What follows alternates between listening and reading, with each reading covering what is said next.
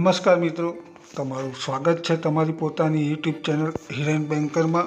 આજે આપણે આજના નવા વિડીયોમાં મિત્રો જોઈશું શિક્ષકોની બદલીમાં હવે મૂળ કે નવરચિત જિલ્લામાં જવાનો એકવાર વિકલ્પ મળશે। તો ચાલો જોઈએ શું કહે છે મિત્રો કે ગુજરાતની ધોરણ 9થી 12ની સરકારી શાળાઓના શિક્ષણ સહાયક અને મદદનીશ શિક્ષકોની બદલીના નિયમોમાં ઉમેરો કરવામાં આવતા સરકાર દ્વારા નવા નિયમો સાથે નવો ઠરાવ કરવામાં આવ્યો છે મિત્રો, જેમાં જિલ્લા વિભાજનના કારણે ઊભી થયેલી વહીવટી પરિસ્થિતિ અને શિક્ષકોની વિવિધ રજૂઆતોને ધ્યાનમાં રાખીને સરકારે શિક્ષકોને પોતાના મૂળ જિલ્લા અથવા નવરચિત જિલ્લામાં જવા માટે વન ટાઈમ વિકલ્પ આપવાનો નિર્ણય કર્યો છે।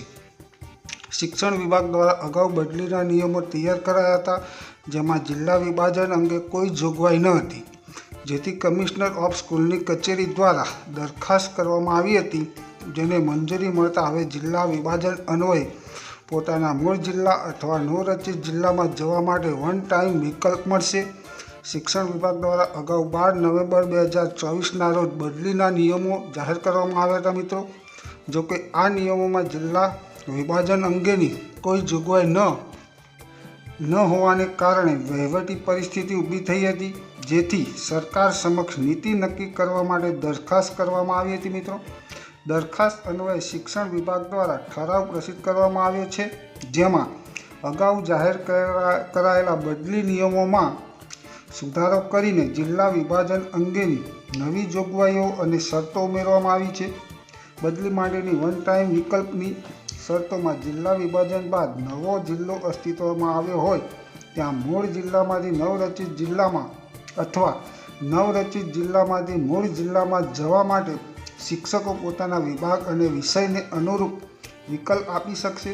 જો આખો તાલુકો કે કોઈ ગામ બીજા જિલ્લામાં સમાવવામાં આવ્યું હોય તો ત્યાં ફરજ બજાવતા શિક્ષકો પર નવા જિલ્લામાં રહેવું કે મૂળ જિલ્લામાં જવું તેનો વિકલ્પ આપી શકશે। વિકલ્પ મેળવતા પહેલાં શિક્ષણ વિભાગ દ્વારા તમામ ખાલી જગ્યાઓની વિગતવાર યાદી પ્રસિદ્ધ કરી તમામ શિક્ષકોને જાણ કરવામાં આવશે મિત્રો।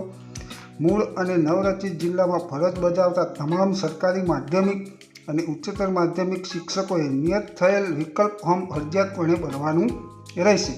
બદલી કેમ્પ યોજવાનો ક્રમ પણ નક્કી કરાયો છે મિત્રો।